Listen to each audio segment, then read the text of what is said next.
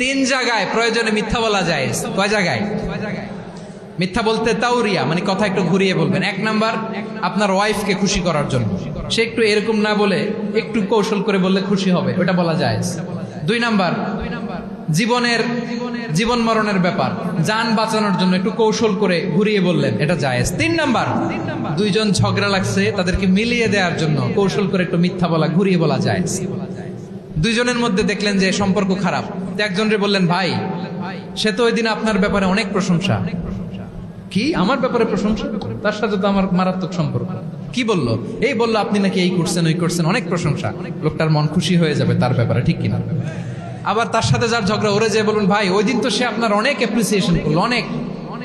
সে তো অবাক, কি বলে কি আমার? এই যে দুইজনের ব্যাপারে দুইজনের একটু ভালো ভালো কথা বলে দিচ্ছেন, একদিন দেখবেন রাস্তা দিয়ে হাঁটার সময় একে অপরকে সালাম দিয়ে ফেলছে, সালাম দিয়ে বুকে জড়ায় ধরছে, আছে না নাই? আবার মিলমিশ হয়ে গেছে। কিন্তু আমাদের স্বভাব হইলো, দুই প্রতিবেশী যদি একসাথে বসে একসাথে হাঁটে, দূর থেকে দেখলে আমাদের জলে, আছে না নাই? ঘটনা কি? এই দুইটার মধ্যে এত মিল কে? এই দুইটার মধ্যে গিরিঙ্গি লাগানো যায় কিভাবে? হ্যাঁ, এই বন্ধুত্ব ফ্রেন্ডশিপ নষ্ট করা যায় কিভাবে? এরকম মানসিকতা সবার না, আমাদের অনেকের মধ্যে আছে না নাই? আল্লাহর কাছে তওবা করেন এই মানসিকতার যেন আমরা না হয়, আমরা মিলিয়ে দিব।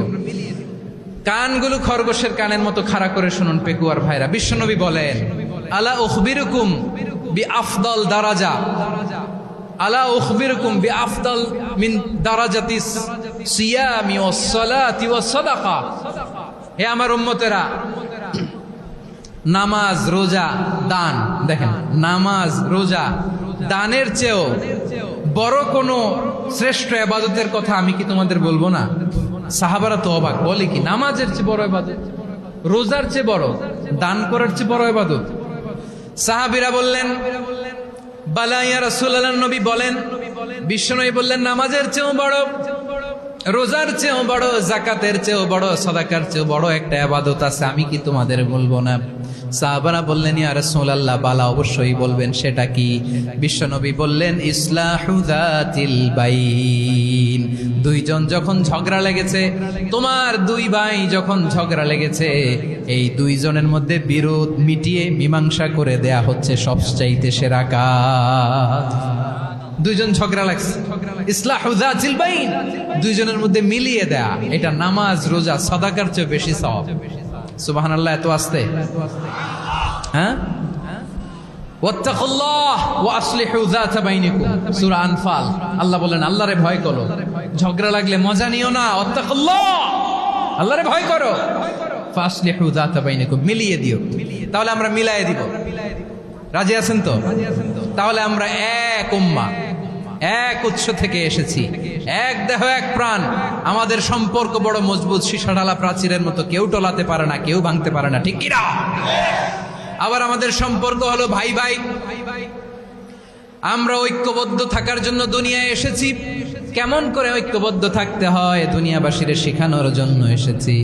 আল্লাহ বলেন, ও নবী, শুধু মুসলমানের মধ্যেই ঐক্য গড়লে হবে না, প্রয়োজনে ইহুদি নাসারাদের সাথে ঐক্য গড়ে তোলো। কথা শুনতেছেন? প্রয়োজনে আহলে কিতাবদের সাথে ঐক্যবদ্ধ হওয়ার আদেশ দিয়েছে কে? সবাই বলতে হবে, আওয়াজ করে বলেন। আহলে কিতাব ইহুদি নাসারাদের সাথেও প্রয়োজনে ঐক্যবদ্ধ হওয়ার ঘোষণা দিয়েছে কে?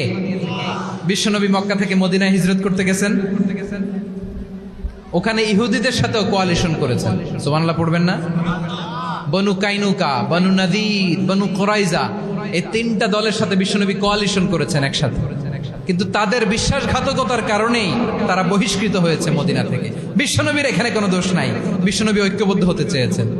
আল্লাহ তাআলা নবীরে বললেন, নবী তুমি তাদেরকে বলো, ও আহলে কিতাবের ভাইয়েরা, ইহুদি নাসারারা, এসো এসো এসো, আমরা এমন একটা বিশ্বাসের প্রশ্নে একত্রিত হই, যে বিশ্বাস তোমাদের নবীরাও প্রচার করেছে, যে বিশ্বাস আমিও প্রচার করি, যে বিশ্বাসের কথা তোমাদের পবিত্র ধর্মগ্রন্থগুলোতে রয়েছে, আবার যে বিশ্বাসের কথা আমার কোরআনের মধ্যেও রয়েছে, আসলে ওই কথায় আমরা একত্রিত হই। সুবহানাল্লাহ। তাহলে ভিন্ন ধর্মী তাদের সাথে যখন আমরা ঐক্য করব, কিসের উপর ঐক্য? একটা কমন ফেইথ, একটা মৌলিক বিশ্বাসের উপর ঐক্য। আল্লাহ তাআলা বলছেন, কুল ইয়া আহলাল কিতাবি তাআলাউ ইলা কালিমাতিন সাওয়াইম বাইনানা ওয়া বাইনাকুম আল্লা না'বুদা ইল্লাল্লাহ ওয়া লা নুশরিকা বিহি শাইআ ولا يتخذ بعضنا بعضا أربابا من دون الله فإن تولوا فقولوا اشهدوا بأننا مسلمون পড়েন আল্লাহু আকবার।